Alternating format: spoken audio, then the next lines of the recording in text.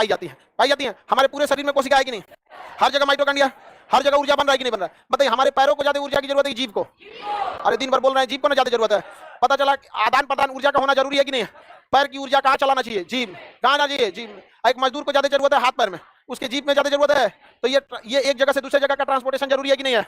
आप बताओ मित्रों, जरूरी है कि नहीं है? तो ये परिवहन करने का काम करता है गॉल्गी बॉडी। कौन करेगा? हमारे शरीर की सारी ऊर्जा को कहाँ भेज रहा है? जीभ में। कहाँ भेज रहा है? जीभ में। आई ससुरा ऑटोमेटिक सबसे पहले ऊर्जा भेजता है ब्रेन को। किसे भेजता है? ब्रेन।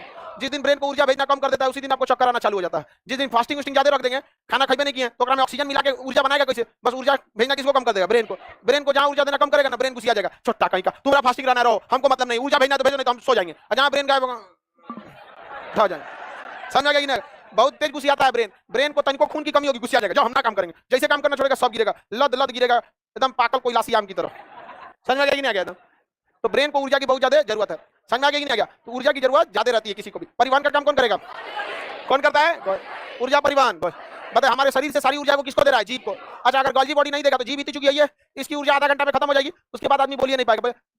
गॉल्गी बॉडी द्वारा ऊर्जा का आदान प्रदान होता है कि नहीं है? तो सीखो आप लोग कुछ, जब भी किसी को कुछ घटे तो एक दूसरे का परिवहन करते रहना चाहिए। समझ में आ गया कि नहीं आएगा? हमेशा एक दूसरे का सहयोग करते रहना चाहिए। तो बताइए गॉल्गी बॉडी जरूरी है कि नहीं?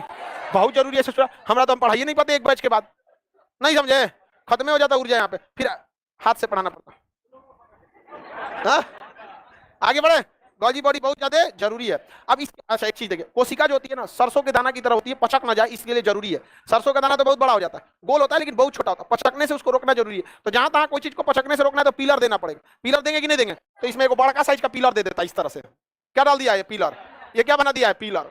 ये क्या है? पिलर। अब ये पिलर ऐसे जिग जैग बना दिया है पिलर। ये पिलर इसे पचकने से रोकता है। तो कोशिका को पचकने से जो रोकता है उसे कहते हैं एंडोप्लाज्मिक रेटिकुलम। क्या कहेंगे?